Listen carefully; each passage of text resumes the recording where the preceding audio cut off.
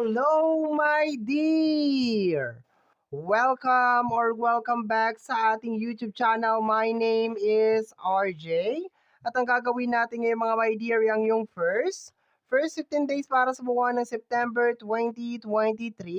This is from September 1 hanggang September 15, 2023 at ang reading na to ay dedicated para sa iyo, my dear Aquarius. Okay, my dear Aquarius, balasahin lang natin na mabuti ang iyong baraha. At habang binabalasa ko, my dear, ang iyong baraha, kukunin ko itong pagkakataon na ito, mga my dear, na magpasalamat sa inyo sa walang sawang suporta at pagmamahal na pinapakita po ninyo sa ating channel. From the bottom of my heart, mga my dear, maraming salamat po, mga my dear Aquarius. Last 3 shuffle na lang tayo, mga my dear, last 3 shuffle. Ayan. Hanapin na natin, my dear, ang iyong gabay o ang iyong mga gabay para sa iyong first 15 days of September 2023. Last one. Cut na natin to into 3. And let's start your reading.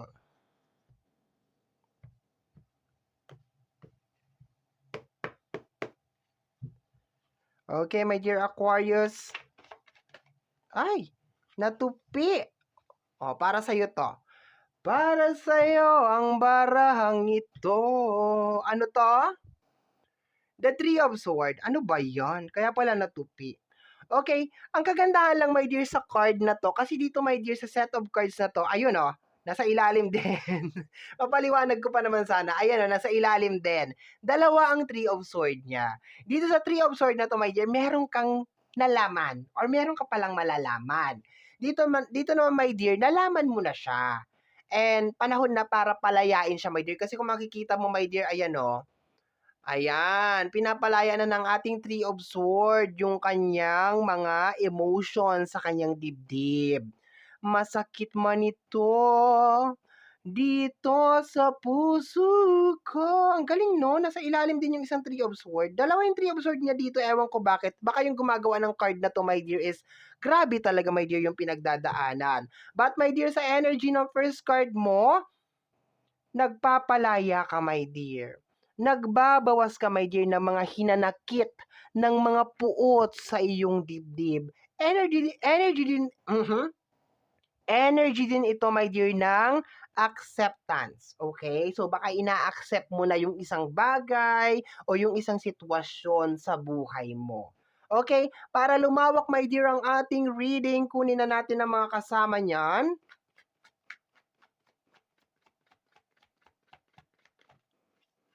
The Page of Pentacles. Sa paglabas ng Page of Pentacles, my dear, mas focus ka, my dear, sa usapin ng pinansyal. At hindi mo hahayaan na magkaroon ng kahit anuman na balakid. Kung ang magiging balakid or magiging hadlang, my dear, para makapag-umpisa ka sa usapin ng pinansyal or makabangon ka sa usapin ng pinansyal, ay itong mga bagay na nasa loob ng ating Three of Swords. Okay? Papalayain mo na to, my dear. Kasi ayaw mo magdala ng kahit anong negative energy dito sa mga panibagong opportunities or mga panibagong blessing na kakaharapin mo. In short, hindi na sila kasama. Past is past, okay? May pumapasok na message, my dear. Nag-aaway na may kinalaman sa usapin ng lupa. Okay? Siguro baka tanggap mo na, my dear, na posibleng talo ka regarding sa usapin ng lupa. Pero dito sa nakukuha kong energy, may acceptance siya pero may dumarating na hope na makakabili din ako ng para sa akin, hindi ko na kinakailangan pagsiksikan yung sarili ko diyan. Parang gano'n, yung nakukuha ko. Pero parang may acceptance na parang hindi ka welcome dun sa lupa na yon or hindi ka talaga mabibigyan ng share. Hindi ko alam kung nakikitira ka lang or parang gano'n na nakukuha ko dito. May acceptance na, my dear, na parang hindi ka doon belong. Okay, hindi ka diyan belong kung nasaan ka diyan or sa lupa na yon, gano'n. Para mas lumawak pa ang reading, my dear, additional cards pa tayo. Ayun na siya. The Page of Sword. Okay? Fix na tong energy mo, my dear. Okay? I think pareha sword eh. Okay? handa ka na talagang magpatawad, handa ka na talagang mag-let go, handa ka na mag-move on, my dear. Okay? But nanghihingi ka pa rin dito ng guidance kasi nararamdaman ko dito na parang hindi talaga sure tong mga panibagong chapter na kakaharapin mo. Pero ang kagandahan lang dito, my dear, moving forward ka, hindi ka stuck. Okay? Sa paglabas ng page, more on asking guidance, ito yung parang gabayan niyo po ako, parang ganon. Okay, para mas mapaliwanag ko pa, dagdagan natin. Nagliliparan siya, my dear. The moon card. Yung katotohanan, my dear. Okay? Handa ka na, pero of course, meron pang mga susunod eh. Meron ka pang mga malalaman. Okay? Kumbaga, hindi pa to titigil. Okay? Maski sabihin mo na sumusuko ka na, parang nagpaparaya ka na. Ayokong gamitin yung term na sumusuko na, di ba? Kasi hindi ka naman talaga sumusuko. Mas pinipili mo lang, my dear, manahimik. Mas pinipili mo lang, my dear, yung kapayapaan, in short. Ayaw mo na ng gulo. At saka siguro naiisip mo rin, my dear, na the more negative na nangyayari sa life mo, the more na parang nai-stuck ka sa isang sitwasyon. 'Di ba?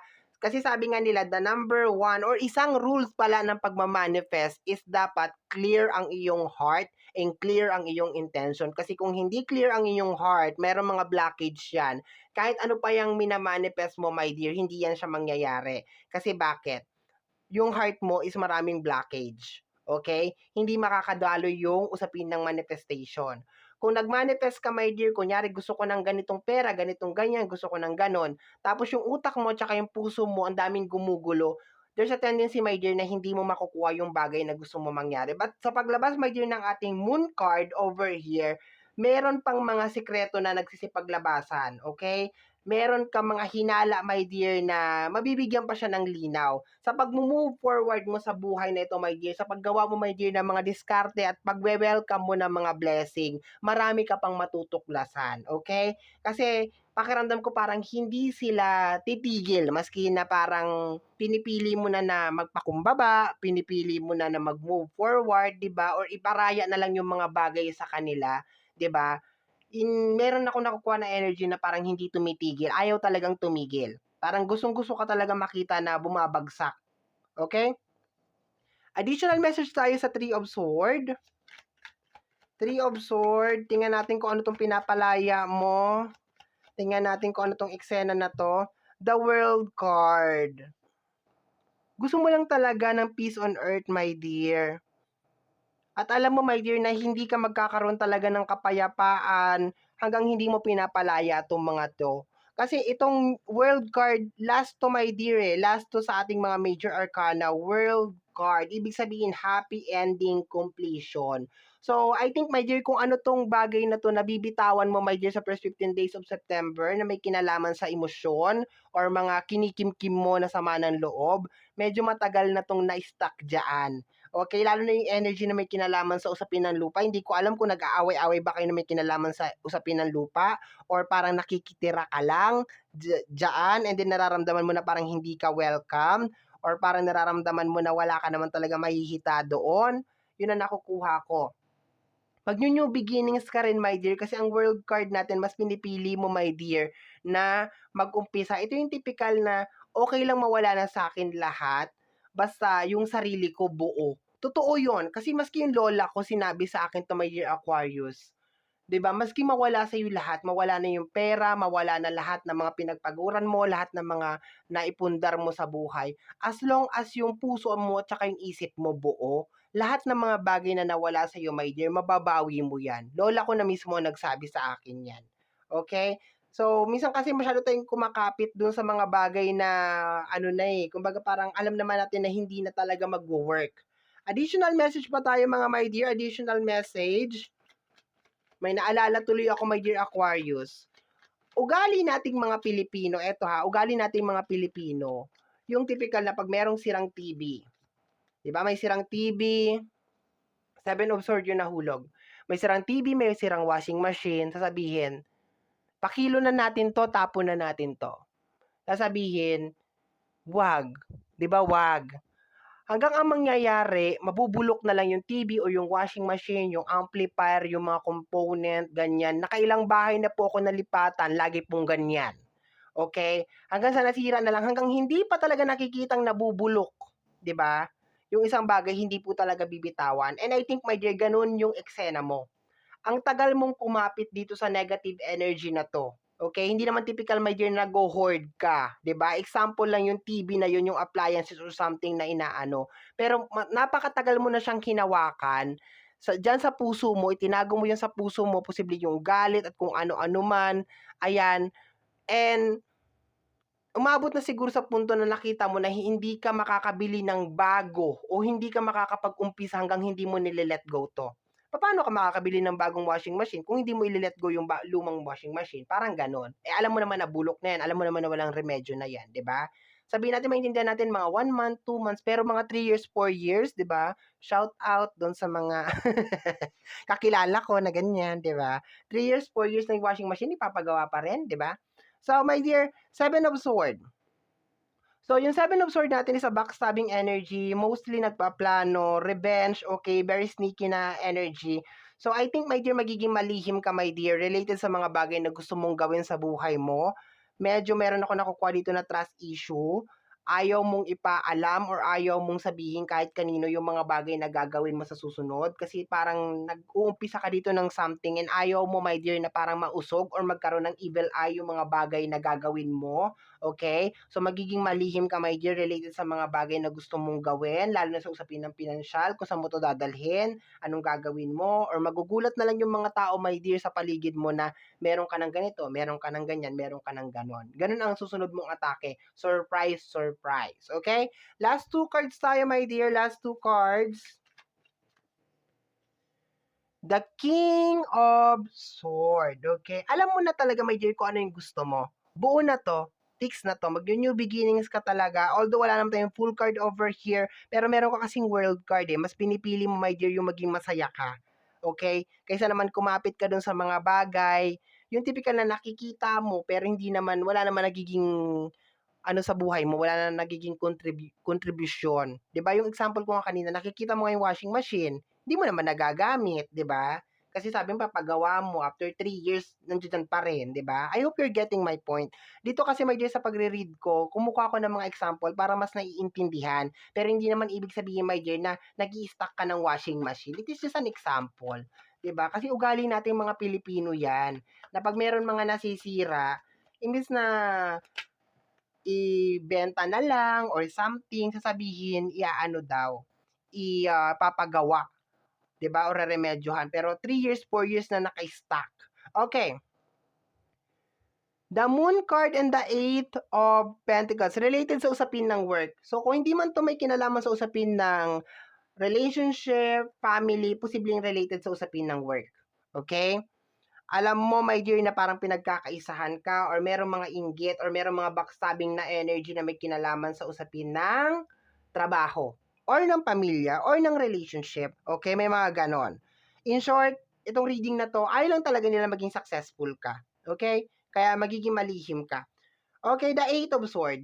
Yes, my dear, nasa lugar ka, my dear, na posibleng napapalibutan ka o napapaikutan ka ng mga tao, ng mga inggitera, insekyora, o di kaya nagkakaroon ka lang ng halaga kasi meron silang kailangan sa'yo. Masakit man, pero yun ang totoo.